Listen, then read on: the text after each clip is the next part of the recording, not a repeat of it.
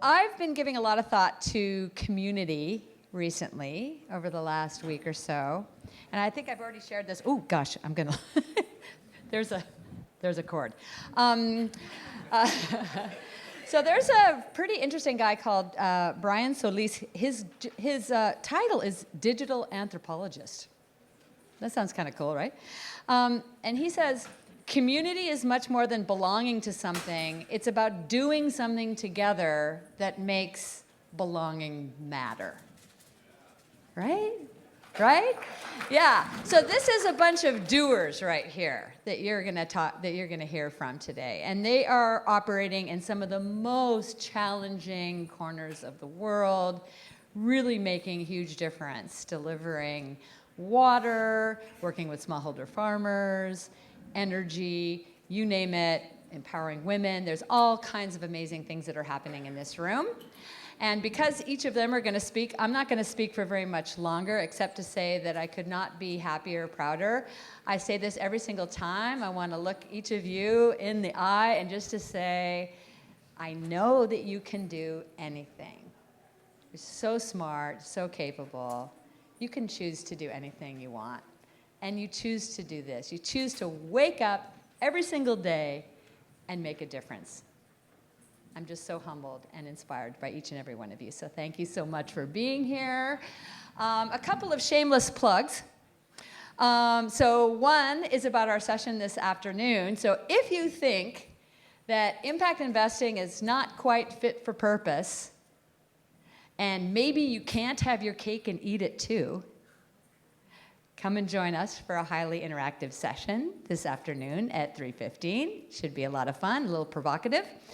That's number one. And the other shameless plug is that every year, right around this time, and actually it came out today, we have our holiday giving guide. So those entrepreneurs in our network, as many of you know, we have hundreds and hundreds of entrepreneurs in the Miller Center network. Those that actually produce something that could be given as a gift are included in our holiday gift guide. We call it Purchase with Purpose. And if you're interested in that, please do come visit us on our LinkedIn. So after those two shameless plugs, I would like to introduce the one, the only, the amazing Karen Rundy. Woo! So thanks, Karen. Aww. Thank you, Bridget. Love you. So this is a really exciting morning. So this in residence at Miller Center officially launched in June. So these entrepreneurs that you're going to hear from in just a moment have been working with our Miller Center mentors over the summer, fine-tuning their materials so that they can more effectively tell their stories as leaders of change. So it is my privilege and honor to introduce all of them. So I'm Karen, I'm with Miller Center. I get to work with Bridget and all these other lovely people at Miller Center, and also Sarah Sterling. Actually, I want to pause and acknowledge Sarah Sterling. She's really the one that makes all of this happen. And I've gotten to know her over the years, and I just love you very much as well, and I look forward to continue to work with you. So thank you, Sarah. But anyways, back to the entrepreneurs. So the entrepreneurs invited to participate in this year's Miller Center in Residence cohort represent some of the most obviously inspiring change makers who are transforming lives and creating resiliency in a variety of communities across the globe. So this year we have 16 of them in several countries. I'm just going to name a few to just give you an idea of how expansive this is. So in Kenya, Malawi, Mozambique, Ghana, Uganda, and Zambia. And then in Asia, we've got India, the Philippines, Nepal, and of course in Latin America, in El Salvador, Mexico, and Nicaragua. So as Bridget said, they operate in several sectors, including safe water, equitable healthcare, last mile delivery, clean energy, education, ecotourism, sustainable ag, and the carbon market. So it's very, very diverse. Additionally, I want to say that all of the entrepreneurs in this cohort are Miller Center legacy entrepreneurs. So that means they've already participated in a previous Miller Center Accelerator program. Also, many of them have engaged with Santa Clara University directly, either through research or collaborative projects with our students and our faculty. And I also want to do a shameless plug that 2 of them have already been invested in by our own fund, Miller Center Capital. So if you'd like to, yes. So if you'd like to learn more about our fund, please come talk to any of us, talk to Bridget, myself, talk to Paul, I think he's in the audience, talk to Diana, she's back there. We can tell you more about that. And just so far, our guests, I think I see many, many familiar faces here, but for the guests in the audience who are not as familiar with Miller Center and our in-residence program, so literally these entrepreneurs have traveled from all over the world to come to Santa Clara last week to go through our annual in-res program. And that consists of doing simulated mock investor presentations, networking with their peers, with our incredible cadre of mentors across Silicon Valley, and outside of Silicon Valley as well, and also the Santa Clara University community. And so today, this is sort of like the culminating piece, but they're going to present a little bit more about their business, tailored around what excites them, what ignites them, to more, as we said, effectively tell their stories as leaders of change, and hopefully ignite some inspiration in all of you. So they'll have a quick, easy breezy, 2 minutes each, to address that topic as applicable to what inspires them and their business. And we'll keep it pretty short, we got 16, but then really the intention after that is to have them engage directly with all of you. So if Sarah's gonna help facilitate that, but that's sort of the format for today. And so thank you all for being here, for being a part of this community. I'm excited to introduce our first change maker, Gabriel Rivera Rio of Altitude. Here we go.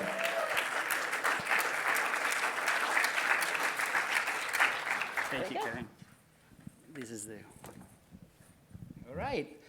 Hey, good morning, everyone. I'm Gabriel Rivera. I am from Monterrey, Mexico. And I want to share a beautiful story, all right? And how basically we started. We started because we saw a huge problem, all right? This is Maricruz. And Maricruz is one of 11.5 million women that led homes in Mexico. There's 11.5 million houses led by women. Isn't that amazing? Right? But the problem is that 44% of those houses live in poverty. All right? Why? Because there's a few opportunities for these incredible women. All right? So Maricruz, what's the option that she has? All right? She has the option to go to work, especially in the garment industry, to go to a fabric and work. And you know what happens to these little kids? They have to be alone. I face how kids have to be wrapped to the table or to the bed alone around 6 hours so these women can go and work in these fabrics, all right? That's the reality of a lot of single moms and their houses, all right? So what's the option that they have? To leave their kids alone, first of all. Second one, maybe to stay home, do a little business, which is very complicated. They don't have the infrastructures, the education, and the money. Third, to get along with someone, all right? Maybe a guy, a handsome guy around, and maybe he can provide some of the incomes that she needs, but we see a lot of opportunities there that these guys, sometimes they just are involved in some violence and some complicated things around the kids, all right? So what are we doing, all right? We're giving them an opportunity, all right, to really be empowered, all right, in the garment industry. What we're doing is basically giving sewing machines in a microfinance model, courses, training to become self-productive fabrics in their houses, employing people around the neighborhood, families, right, and connecting them, right, with local and international brands in fashion sustainable areas and producing high quality products from their own houses.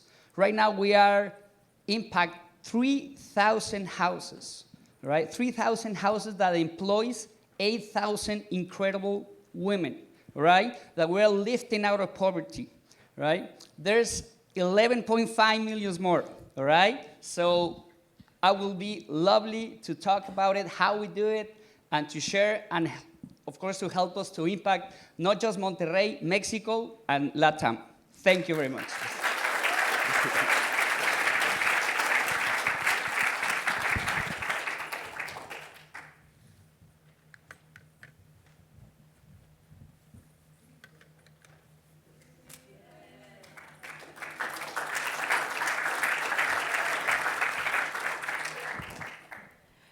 Good morning, everyone. Thank you for giving us the space and the chance to share our work. Before just jumping into everything, I just want to clarify something that is really important to the work that I do in my background. I'm Colombian, and I am an industrial designer. And that is the whole reason why I embark into this quest. And I want to share with you something that really changed my life and is actually what makes my heart tick. And it's the fact that more than 10 years ago, I was doing this as a pet project. And I was designing lots of pads and distributing them across Africa. And when I was receiving the feedback from those girls, one particular stuck with me. And it's the fact that a girl said that what I like the most about my pads is that somebody loves me because she made this beautiful pad for me, and I feel proud to be girl. For a designer, the fact that someone, an ocean away, is telling you that they feel loved because you did something beautiful for them, it's life-changing.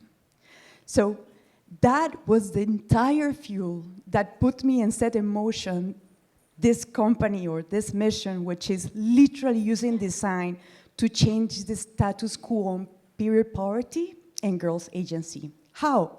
With access to education, so girls can make informed decisions, with access to products that allow them to move around so they are free to access opportunities, and equally important, an environment that allows them to thrive. So that's why we work on data, making sure that everybody understands the importance of periods. How do you translate this into design? Well, we have amazing education products and services where they have youth at the center. We also have products that they are flexible, that they really have been designed with girls at the center, colorful, beautiful, that celebrate. And lastly, we also have data. The data is really important to make sure that we can drive decision-making and investment on the space. So just to wrap up, these are the type of faces and smiles that make my heart tick. And just going back to the previous quote, this was 10 years ago. This is what set this heart in motion. And I hope this is what will keep us moving forward. Thank you.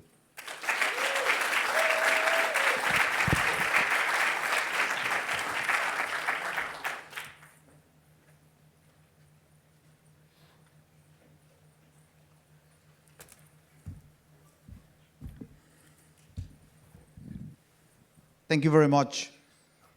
My name is Javier Lozano. I'm co-founder and CEO of Clínicas del Azúcar.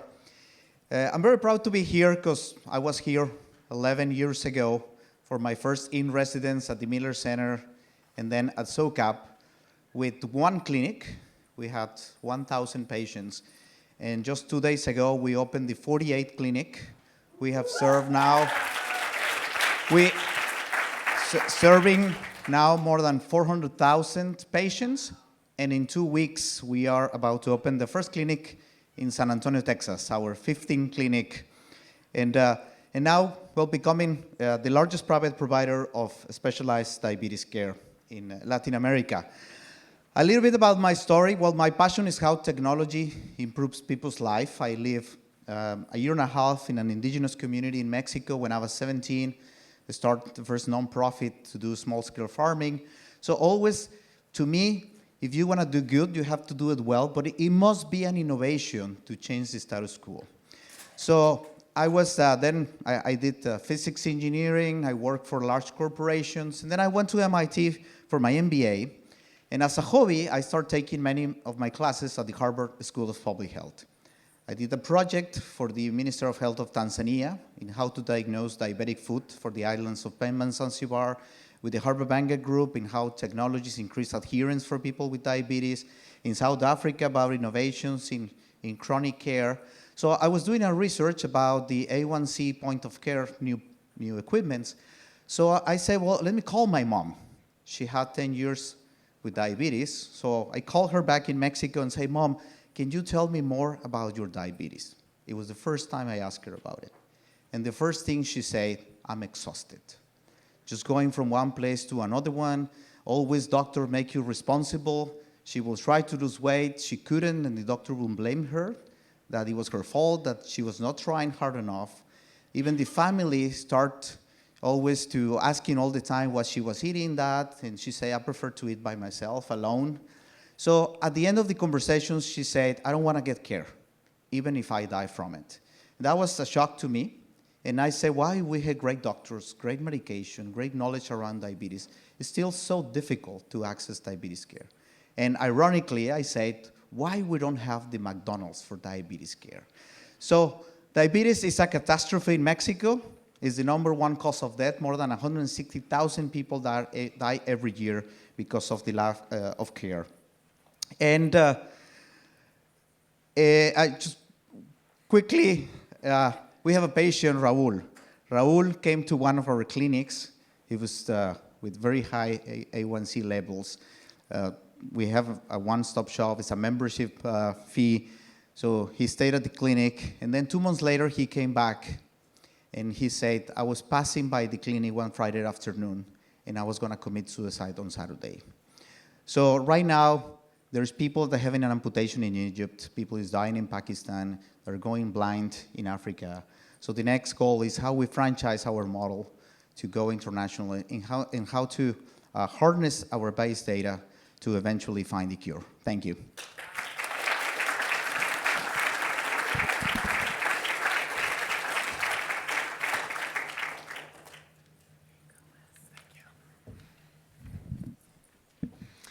Good morning. My name is Wes Meyer. I'm the co-founder and CEO of COVA. And my story starts as a Peace Corps volunteer in Nicaragua. I lived in the rural community of San Jose, and I got sick a lot. But this is a common thing in the rural community. When I organized community groups, I had women's groups, we had a baking group. We'd organize a meeting into the community, and there would always be a handful of people that would get sick, and they weren't able to show up. So about 1.5 years in my service, I got curious where my water came from. So I went and recruited the town plumber, Don Jesus, and we met at the tap outside my home, where we traced the pipe that was underground, main to the main road, and then we hiked about 3 kilometers up towards the mountains, towards the water source. As we got to the pump house, noticed there's a large field of cattle grazing. So obviously not a good sign. We proceeded to climb up to the tank, as you can see here, climbed up on the top of the tank, and I gathered a sample of the water, and I took it into the local laboratory, found out there's bacteria in the water. So went back to my community, organized a meeting, gathered some materials, and installed our first water chlorinator, something that can treat the water at the source to kill the bacteria, but continue to treat the water into the community. This is the start of the organization and seeing how we can use community-centered approaches to solve problems with water. But the reason that I really do this is I have 3 young kids myself, and unsafe drinking water is the second leading cause of death in children under 5. So this is a huge problem. It's something that we've focused all of our energy on. While parents may be able to get over getting sick from unsafe drinking water, this truly could be a life or death situation. This is the reason I do it. Cheers.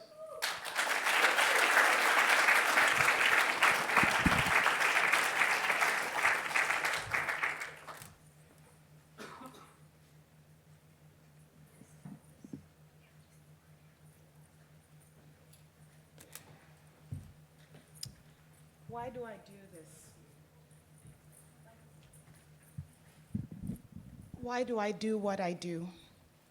70 years ago, my father, who was born in a small village in Cameroon, got a scholarship at the age of 20 to go and study in the United States.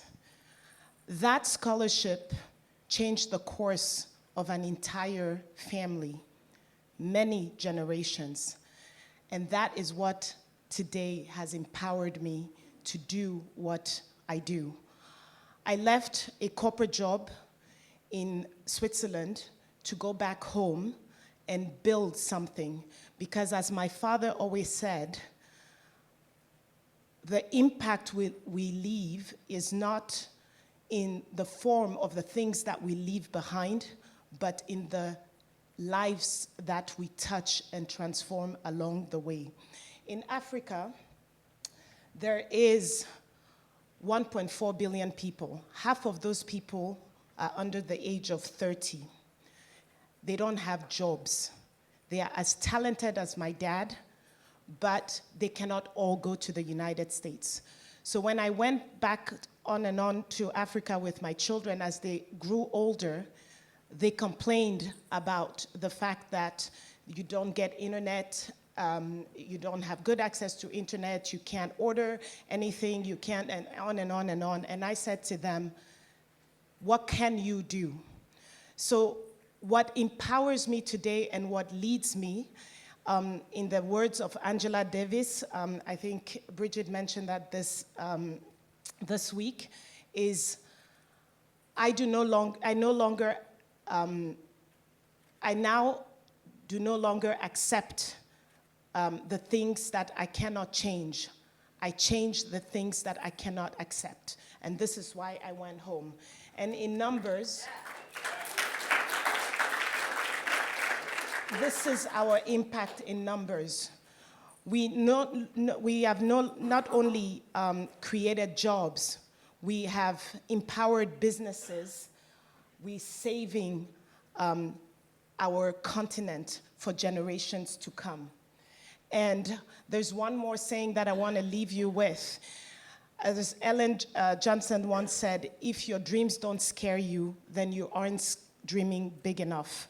So my goal is to put 1 million bikes in the hands of African riders over the next 10 to 15 years.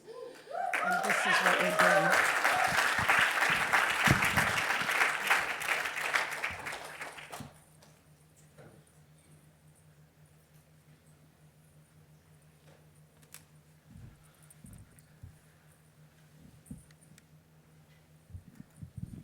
Hi everyone. It's a difficult start after such an impactful pitch.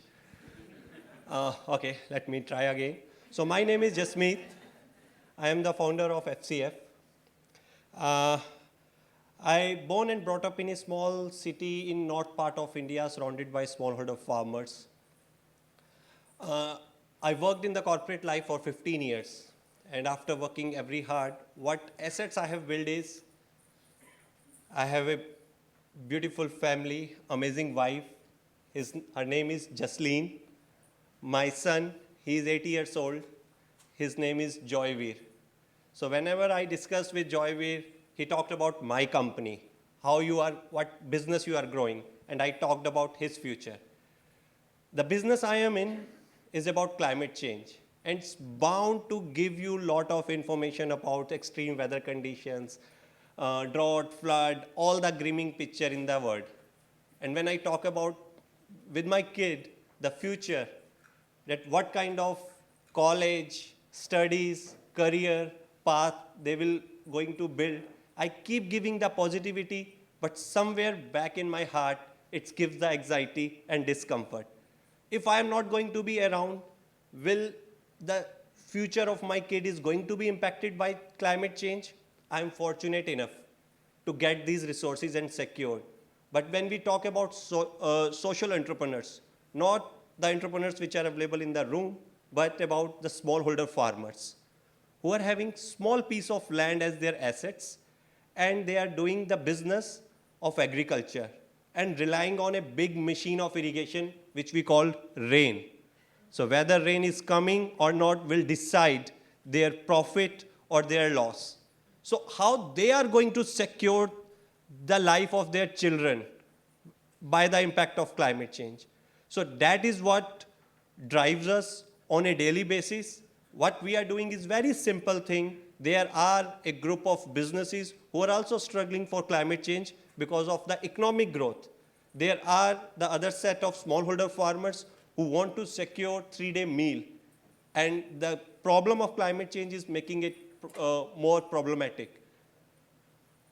What we are trying to do is, we are trying to do the matchmaking between both of them so that they can, both the generations, the businesses, the farmers can live happily. And I leave the legacy question that if your son, your children are not impacted by the climate change, you are fortunate enough. But there are 1/3 of population in the world who are struggling and bringing the food on our table and feeding us, but they are feeding with this thought on a daily basis. Thank you very much.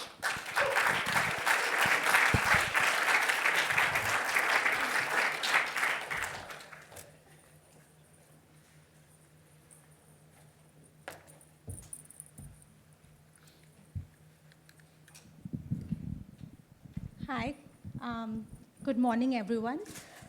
So my name is Kritika Ravishankar, and I am one of the co-founders at Farmers for Forests. And what we do is that we work with communities on the ground to create beautiful, biodiverse farms and forests that can fight both climate change and poverty at scale. So I grew up really loving nature and wildlife. I just wanted to spend all of my time outdoors. However, we are in the middle of a very major environment and climate crisis. The numbers are grim. All of us around the world are struggling with hurricanes, with droughts, with floods, but nobody more so than our farmers. And farmers, as a result of climate change, they are facing declining yields, land degradation, all of these problems. And this is a great injustice because farmers played absolutely no role in causing the environmental crisis. But there is a simple solution. Biodiverse agroforestry and forestry can restore degraded land, provide nutritious food for all of us, and also put a lot of money in the hands of farmers. So if there is a simple solution, how do we pay for this at scale? Because if our solution is done at scale in India, that is the equivalent of removing the carbon of taking every single car in India off the road. So how do we pay for this at scale? One way that we can do it is with technology, because when you have technology, you're able to increase transparency. We're able to use drones and artificial intelligence to provide funders, buyers of carbon credits, very, very minute detail on where all of their dollars went and how they helped to create many, many farms like this. We're so far working with 25,000 farmers.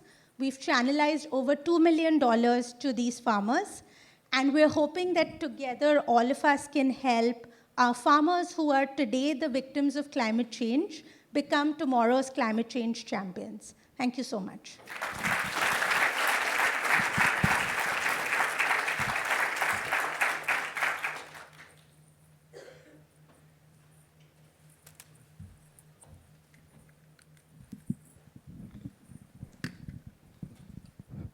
Hi everyone, my name is Abid, and I come from a place called Kashmir. It's somewhere between India, Pakistan, between two nuclear countries. We have been in a conflict from a very long time, and that's something that has already have always been paining me and my colleagues, and that was one of the reasons that I wanted to leave my current job and do something for the people. So in 2019, we saw that there are local businesses in our region making a lot of stuff at their homes, but the main problem was they were not able to deliver these products. So we saw there's a pain that they want to make money, they want to earn money, they want to support their family, but they do not have a company who could basically support them. So that's something that really inspired and hit me and my co-founder. We left our jobs, we came back, kind of took a risk that, yeah, let's try it. We have been taking a risk since we were born. Let's take the risk. And we worked with a couple of businesses to start with. It was a bit tricky, but these businesses actually told us that you have done a tremendous job. If you are in loss, we'll take loans from our family and we'll give you, but don't leave this. So that gave us a validation. We're doing a tremendous job. Fast forward till today, we have delivered more than 10 million orders. We work with more than 2,000 businesses. and happy that 60% of the business are run by women entrepreneurs in the region. And I think that decision we have taken was an amazing decision. We really love what we do, and we would love to support our community back then. Thank you so much. Thank you.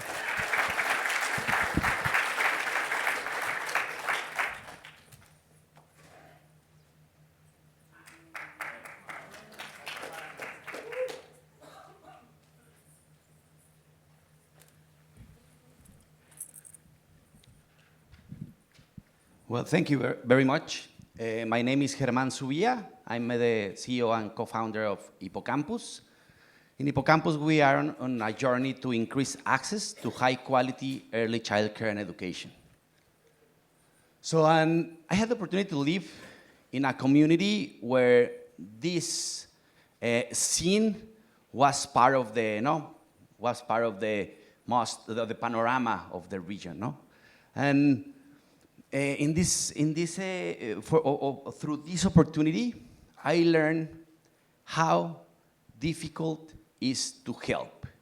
We're speaking a lot, no? We're hearing a lot of solutions here, and through this time, I understood that when you are trying to help, it's a very high possibility that you ended up doing more harm than good. It's like a whack-a-mole game, no? You try to tackle one problem, and then another suddenly arises. So for me, it was really frustrating to see how a lot of aid came to these communities, and this is what I saw, no? Trying to help church, government, private foundations, ended up creating more harm than good. When you stayed for a while in these communities, you can see this effect, and it's frustrating. And for me, the conclusion was, we need to tackle the root of the problems. We need to think on systems. And then I became a dad. And the question was, what inspires you? What is really hard not to be inspired by them, no? Maria Paula and Emilio. And through them, I learned this Nobel Prize economist winner, James Heckman, called, the earlier the investment, the greater the return. You can see here, no, in terms of return on investment, how it is before birth, from 0 to 3, and what happens here in terms of returns. And that inspired me a lot. There are the roots of the many cases we are hearing right now, no? If we want to tackle health, if we want to tackle education, if we want to tackle employment or unemployment, we need to start from the beginning, no? So that's why, no, so far we have established just 11 learning centers impacting more than 4,000 families. It's a really long way to go in a really complex ecosystem. But I firmly believe, if we manage, no, and think about it, if we manage to provide high-quality services for children from the womb to 6 years old, in 10 years, we're going to have completely different cities, countries, and regions. They're going to have more opportunities for all. So I'm just leaving it there. I hope that inspires you. And I love this phrase of a Brazilian singer that says, if we change the beginning of the story, we can change the whole story. So we invite you to change the history together. Thank you very much.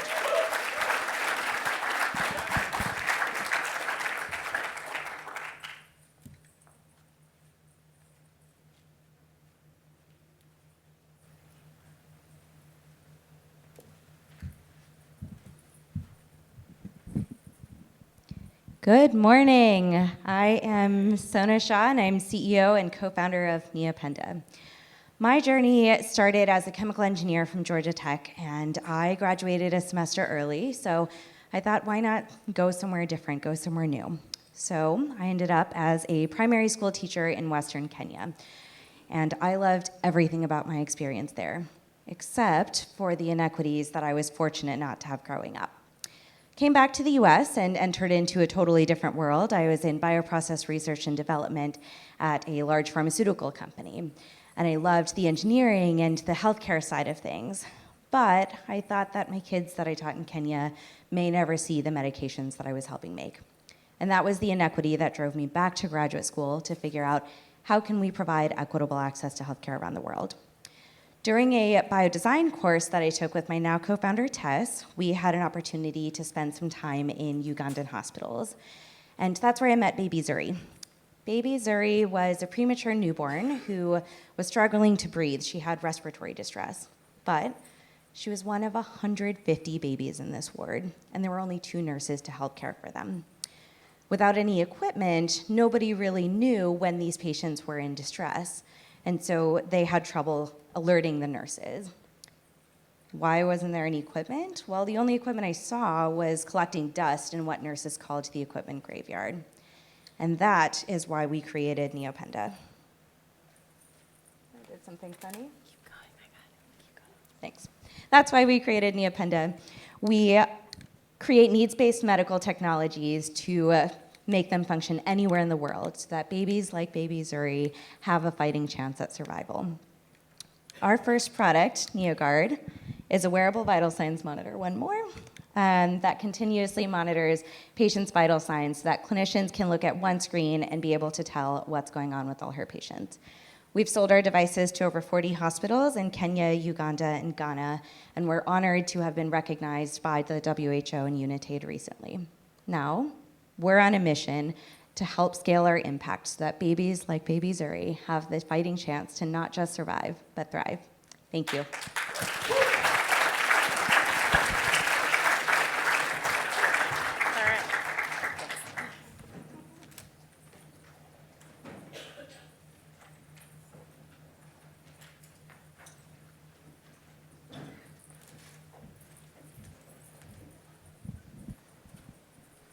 Hello everyone, I'm Ekta Jaju, co-founder at Organic Foods. And my journey started when I first found out about climate change in 2008. So when we understood as a community that we have maybe about 50 or 60 years of oil and natural gas left with us, we all went into a scramble. But do we know how many years of harvest or food do we have on this planet? Any guesses? So a recent UN report actually says that we actually have not more than 100 harvests that we can extract from the soil. And that actually means maybe about 45 to 60 years of agriculture. If we continue to follow the extractive agriculture processes that we have, that coupled with climate change and water stress, we're actually looking at a society that's struggling with hunger and starvation. So we started Organic Foods in 2015 with the idea to see how can we build a seed-to-shelf ecosystem and support smallholder farmers to transition to regenerative agriculture, and also ensure that it's a thriving profession for smallholder farmers. I think a lot of my colleagues have already shared about the challenges that the smallholders face in the country. So with this, I'd like to share a little bit about our work that we do.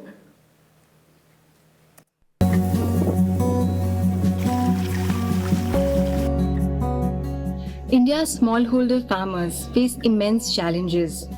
Climate change, depleting soil health, and fluctuating markets are threatening their livelihoods. We believe in a better future where farming can be both sustainable and profitable. Hi, I'm Ekta Jaju, representing Switch On Foundation in Organic Foods. Our mission is to transform climate-resilient and regenerative agriculture into a thriving profession for smallholder farmers across India. Over the years, we've impacted 5,000 farmers transitioning to organic and regenerative agriculture, improving soil health and creating stable market access for their produce.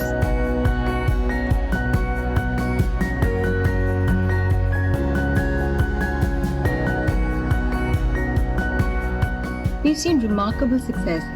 higher incomes, better soils, and healthier families. But our journey does not end here.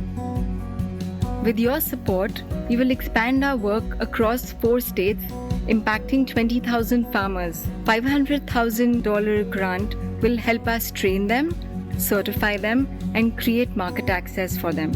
Together, we can build resilient farming communities, reduce carbon emissions, and build a sustainable future for India's agriculture. Join us in this mission to empower 20,000 farmers and leave lasting impact on our planet.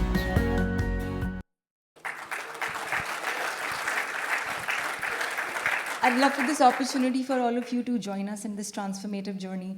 Thank you so much.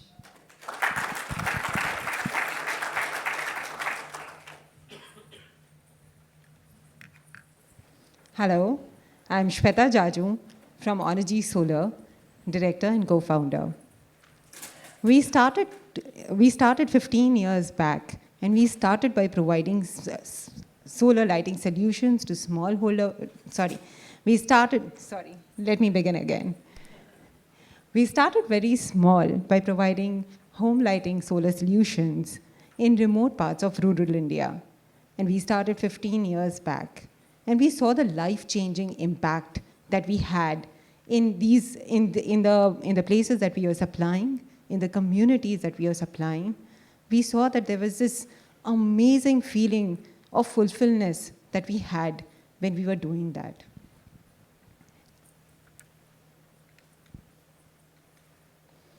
Ours is an agrarian society, yet 1 out of every 3 pumps that is used for irrigation is a diesel pump.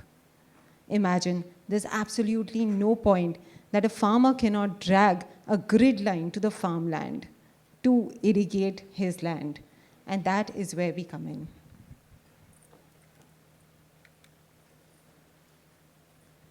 Around 240 million people do not have access to reliable electricity, and institutions depend on diesel gensets. That is where we come in. We provide solar water pumping solutions to smallholder farmers, thus making them achieve more crop per drop.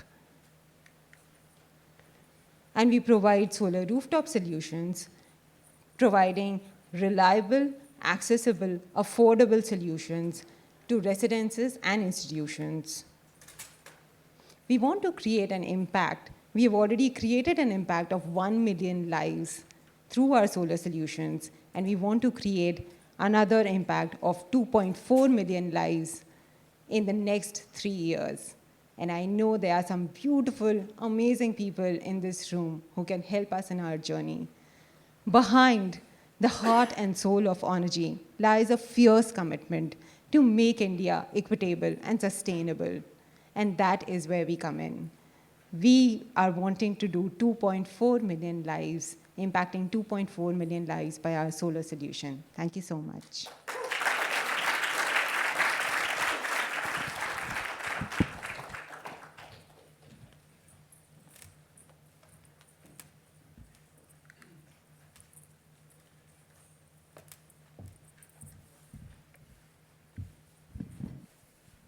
Hello, everyone. I'm Emiliano. I'm co-founder of Rutopia. So the prompt today was, what inspires us? And since the slogan of SOCAP this year is going deeper, I decided to go a bit deeper. And I think actually inspiration often comes from indignation. So I decided to talk about a couple of things that are very important for me, also at a personal level. So one is that I feel very, very indignated every time I fly to the southeast of Mexico and I see through the window on the plane and I see these huge areas of rainforests being cleared every day because of developments, huge corporations, huge residential new areas, or even industrial agriculture. And the interesting thing is that all of this land, not so long ago, and I've been like a first-hand witness of this, belonged to Mayan communities, and it has been sold for almost nothing to these new huge corporations that are arriving to the Yucatan Peninsula. Another thing that makes me feel a lot of indignation. It's when I go to small rural communities in which we work with, or the ones we don't work with, and they tell us the stories about their sons or daughters that are not there anymore because they had to migrate to Mexico City, or they had to migrate to here, the US, or they had to go to Cancun to work and live in a huge resort to make the minimum wage just because they don't have opportunities to actually get and make a living within their own communities. And another thing that makes me feel a lot of indignation is when I realize that the whole Mexican Southeast, it's being very quickly developed especially by the tourism industry, and it's creating a lot of richness. But to realize that all of this wealth and all of this all of this wealth that is being created is not actually reaching the hands of the local communities.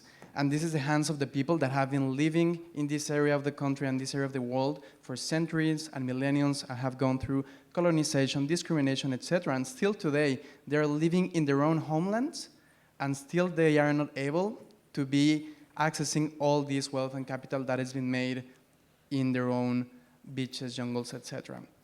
So these are very complex problems, and I think there's no one solution fits all for this, and I think this needs like a whole different approaches. But the way we do it in Rutopia and the path we have chosen to follow is to work together with entrepreneurs in these communities so they can create a revenue source from ecotourism and actually then generate an income. At the same time, they are protecting their natural and cultural heritage. So what inspires us and what inspires me is this kind of connections. It's seeing local young people showing and proudly showing these traditions and this nature with visitors at an equal level and being able to generate this income and stay in their communities thanks to this. So this is what drives us.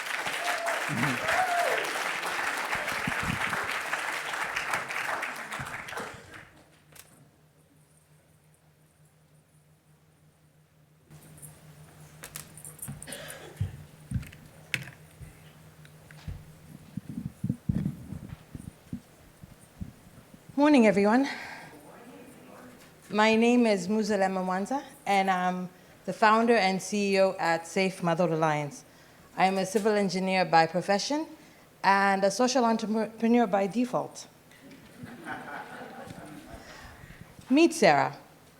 Sarah's 8 months pregnant, and in a couple of weeks' time, a traditional birth attendant will cut her umbilical cord with a rusty blade and apply toothpaste for quick healing. For Sarah and her baby, there is no such thing as a routine pregnancy.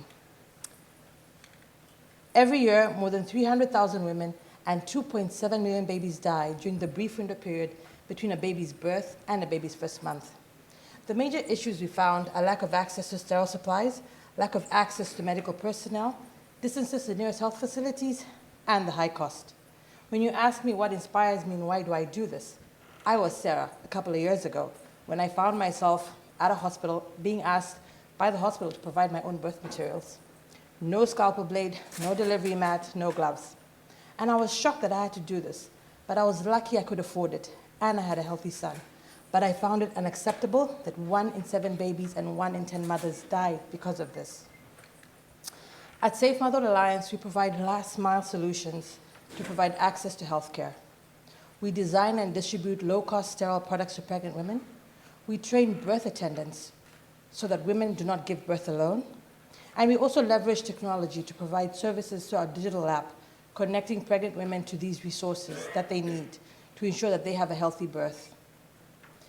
When I ask you, how do we ensure that 20 million pregnant women in sub-Saharan Africa are not affected by this? Come find me. I'll tell you how we can do it.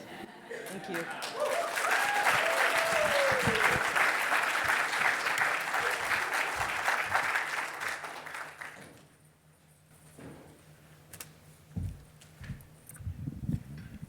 All right.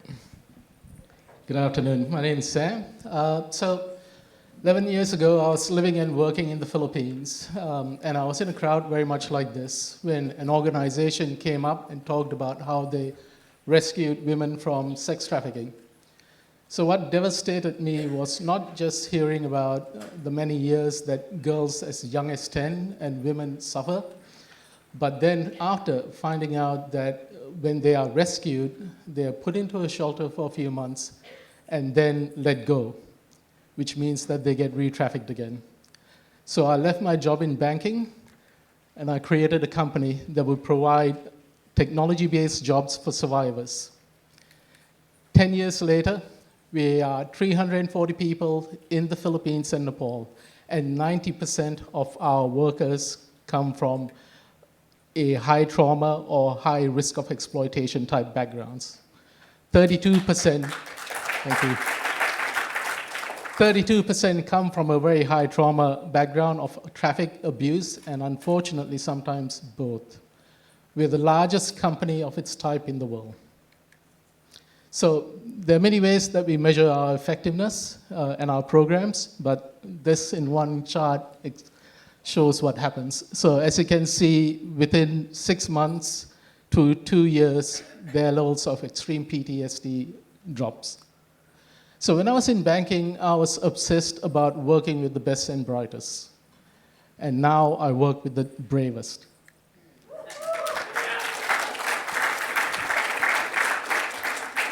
So this is Janice. So when Janice was 16 years old, she went for a job as a babysitter. And during the interview, she was assaulted and kept as a sex slave for the next 2 years. So the police rescued Janice under dramatic scenes after she gave birth to a child. The Janice now, Janice still works for me. And the Janice now is a completely different person from the one I met 10 odd years ago. She is a devoted and fiercely protective mother who now loves and accepts her child. But more importantly, to the survivors that walk through our doors, she talks to them about her own journey. And she talks about how it's possible to move from the darkness to the light that she's in at the moment. So it's stories like Janice that we want to repeat thousands of times all over the world. Thank you.